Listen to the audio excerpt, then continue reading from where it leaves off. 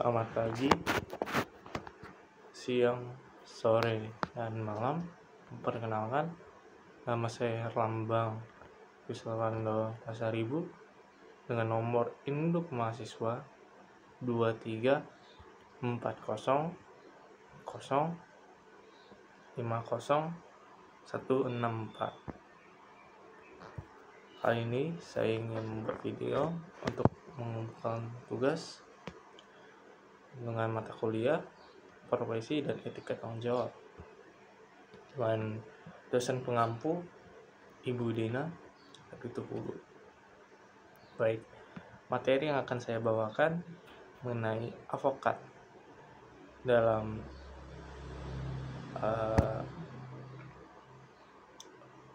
pengertiannya, perannya, tugasnya, wewenang, fungsi, hingga kode etik.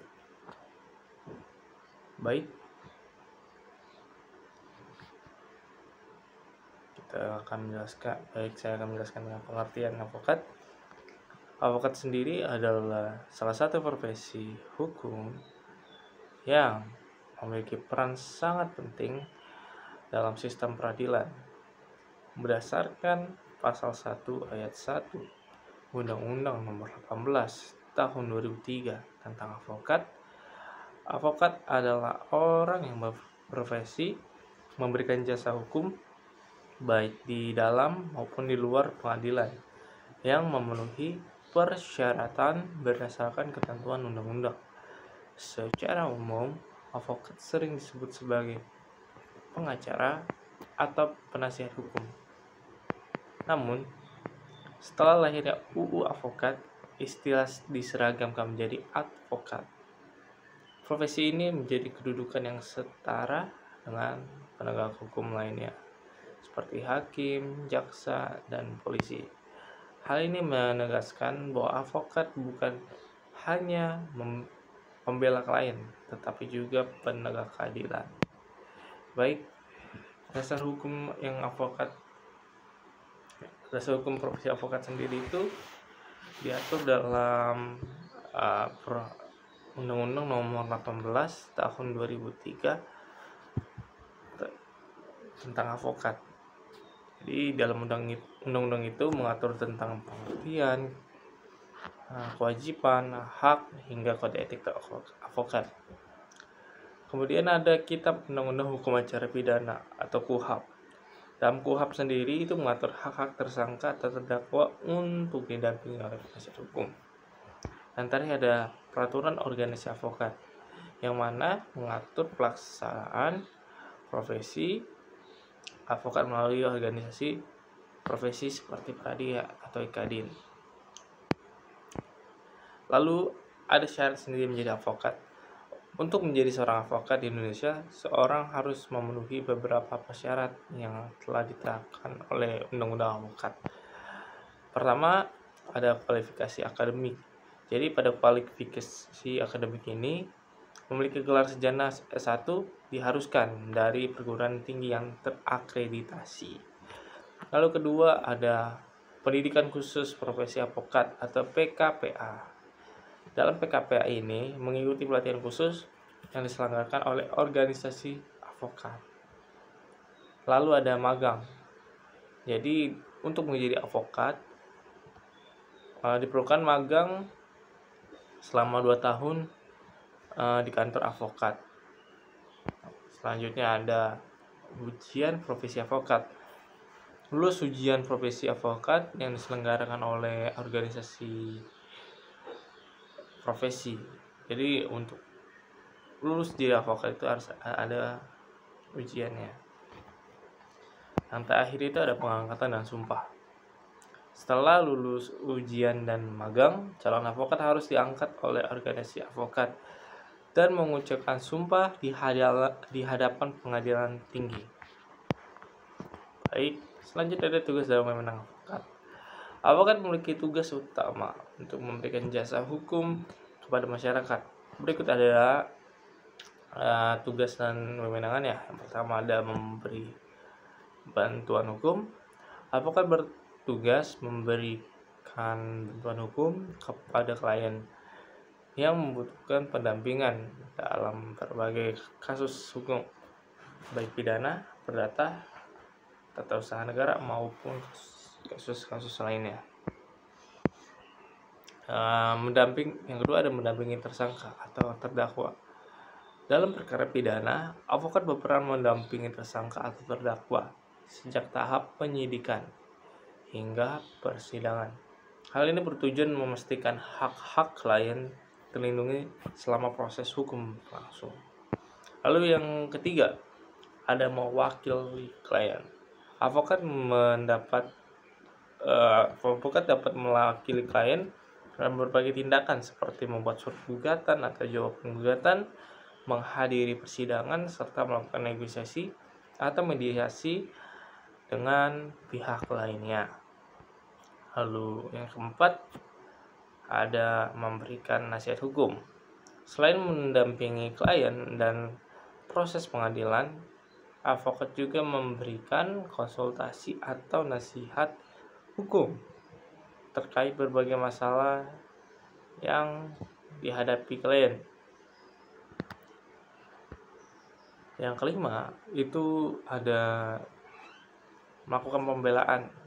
Dalam persidangan, pidana maupun perdata, jadi avokat itu bertugas membela kepentingan hukum klien dengan menyampaikan argumentasi hukum berdasarkan fakta dan bukti yang ada. Keenam, melakukan upaya hukum. Avokat juga memiliki wewenang untuk mengajukan upaya hukum seperti banding, kasasi, atau peninjauan kembali jika klien tidak merasa puas dengan putusan pengadilan. Lalu ada fungsi dalam sistem hukum sendiri. Jadi sebagian dari penegak hukum, officium nobile, avokat termasuk dalam itu, dan avokat memiliki fungsi penting dalam sistem peradilan. Yang pertama itu kita tahu sebagai penegak hukum. Avokat adalah salah satu pilar penegak hukum bersama hakim, jaksa, dan polisi.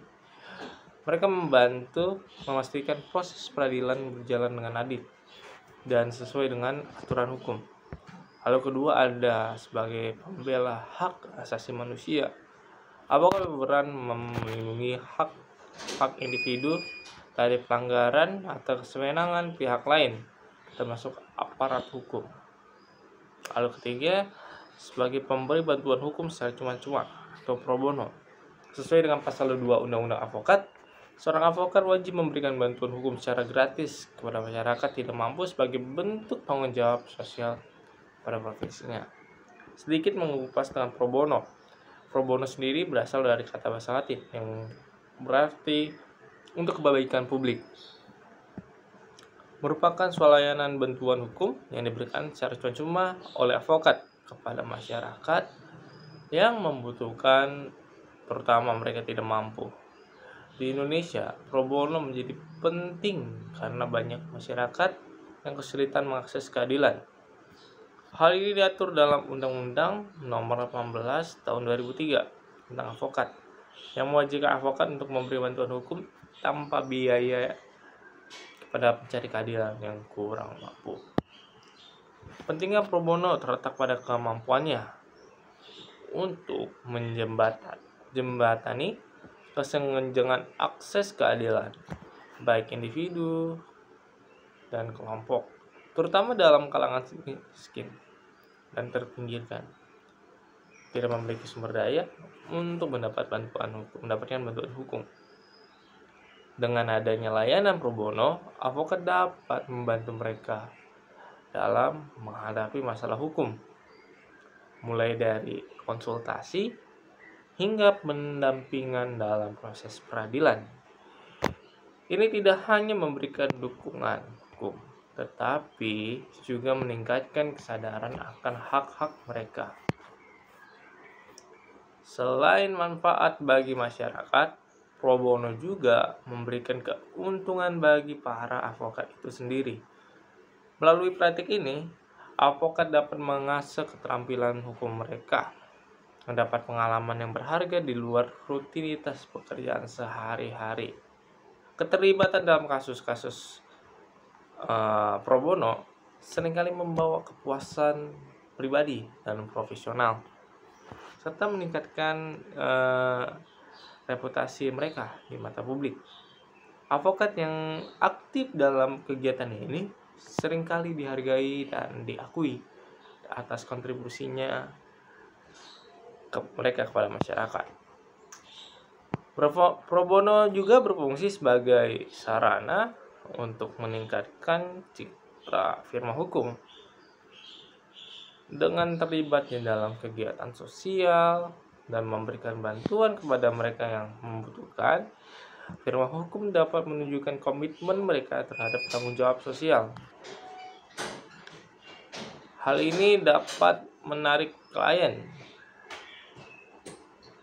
baru yang menghargai nilai-nilai tersebut dan memperkuat hubungan dengan komunitas. Namun, meskipun ada kewajiban untuk melakukan pro bono, implementasi masih menghadapi berbagai tantangan. Banyak avokat merasa terbebani dengan tuntutan pekerjaan sehari-hari, sehingga sulit untuk menyisihkan waktu untuk melakukan pelayanan pro bono. Selain itu, kurangnya intensif atau sanksi bagi avokat yang tidak memenuhi kewajiban ini membuat pelaksanaan pro bono tidak merata di Indonesia. Untuk meningkatkan efektivitas program pro bono, perlu adanya upaya kolaboratif antara pemerintah, organisasi non-pemerintah, dan komunitas hukum. Program-program pelatihan dan pengorganisasian kegiatan pro bono harus ditingkatkan agar lebih banyak avokat yang terlibat. Dengan cara ini diharapkan akses keadilan bagi masyarakat miskin dapat lebih meningkat dan kesenjangan dalam sistem hukum dapat diminimalisir. Secara keseluruhan, pro bono merupakan elemen penting dalam sistem hukum. Di dalam sistem hukum Indonesia yang berfungsi untuk memastikan bahwa semua orang memiliki akses keadilan tanpa memandang latar belakang ekonomi mereka.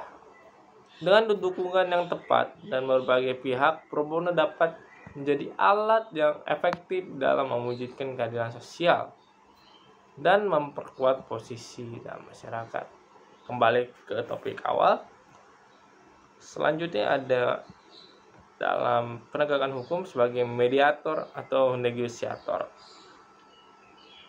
Dalam beberapa kasus perdata atau bisnis, avokat dapat berfungsi menjadi mediator untuk menyelesaikan sengketa kasus secara damai tanpa perlu melakukan proses pengadilan. Lalu ada kode etik dalam profesi avokat. Avokat Indonesia adalah pedoman moral dan profesional bagi setiap avokat yang menjalankan tugasnya. Kode etik ini disusun oleh organisasi profesi seperti Pradi dan diawasi oleh Dewan Organisasi Avokat. Prinsip utama kode etik yaitu ada independensi. Seorang avokat harus bebas dari tekanan pihak manapun dalam menjalankan tugasnya. Kedua, ada kerahasiaan. Sebuah informasi yang diperoleh dari klien harus dijaga kerahasiaannya bahkan setelah hubungan kerja berakhir. Lalu ada kejujuran dan integritas. Avokat wajib bertindak jujur pada klien maupun pengadilan. Terakhir ada profesionalisme. Dalam memberikan jasa hukum, avokat harus mengutamakan kepentingan klien tanpa melanggar norma-norma hukum. Kemudian ada larangan bagi avokat sendiri. Yang pertama, membuat janji hasil tertentu kepada klien. Dalam kode etik dilarang tindakan tersebut. Dan yang kedua, ada menyampaikan informasi palsu kepada pengadilan. Dan yang terakhir, memanfaatkan hubungan dengan klien untuk keuntungan pribadi. Sanksi bagi pelanggar kode etik. jika seorang avokat melanggar kode etik profesi, ialah dapat dikenakan sebagai sanksi berupa pertama teguran, lisan maupun tertulis. Kedua ada skorsing sementara dari praktik profesi, dan yang terakhir yang paling berat adalah pencabutan izin praktik sebagai avokat. Kemudian ada peran organisasi avokat. Di Indonesia itu memiliki 3 organisasi avokat seperti PRADI, Perhimpunan Avokat Indonesia, IKADIN, Ikatan Avokat Indonesia, dan AAI, Asosiasi Avokat Indonesia. Sedikit mengupas 3 organisasi ini. PRADI, IKADIN, dan AAI adalah 3 organisasi yang berperan penting dalam mengatur dan mengembangkan profesi avokat di Indonesia. Masing-masing organisasi memiliki tujuan, fungsi, dan karakteristik yang berbeda, tetapi semuanya berkomitmen untuk meningkatkan kualitas layanan hukum dan akses keadilan bagi masyarakat. PRADI atau Perhimpunan Avokat Indonesia merupakan organisasi avokat yang dibentuk berdasarkan kesepakatan organisasi avokat pada tahun 2004. PRADI memiliki peran sebagai wadah tunggal bagi avokat di Indonesia dan bertanggung jawab untuk mengatur berbagai aspek profesi avokat, termasuk pendidikan, pelatihan, dan pengawasan. Salah satu tujuan utama PRADI adalah memastikan bahwa semua avokat menjalankan profesinya dengan integritas dan profesional sesuai dengan kode etik yang berlaku. Organisasi ini berfungsi sebagai penghubung antara avokat dan pemerintah dalam hal kebijakan hukum. Lalu kedua ada IKADIN atau Ikatan Avokat Indonesia. Didirikan pada 10 November tahun 1985 dan merupakan salah satu organisasi profesi avokat tertua di Indonesia dengan semboyan Fiat Justitia Ruat Coelho, yang artinya sekalipun langit runtuh, keadilan harus ditegakkan. IKADIN sendiri berkomitmen untuk menegakkan keadilan tanpa memandang kondisi situasi apapun. Organisasi ini bertujuan meningkatkan kualitas anggota melalui pelatihan dan pendidikan serta memperjuangkan hak-hak avokat. IKADIN juga menjadi kegiatan sosial dalam pro bono untuk membantu masyarakat yang tidak mampu mendapatkan akses hukum. Kemudian ada AAI, Association Avokat Indonesia. Adalah organisasi yang baru dibanding dengan PRADI dan IKADIN. Tetapi memiliki peran yang signifikan dalam pengembangan profesi avokat.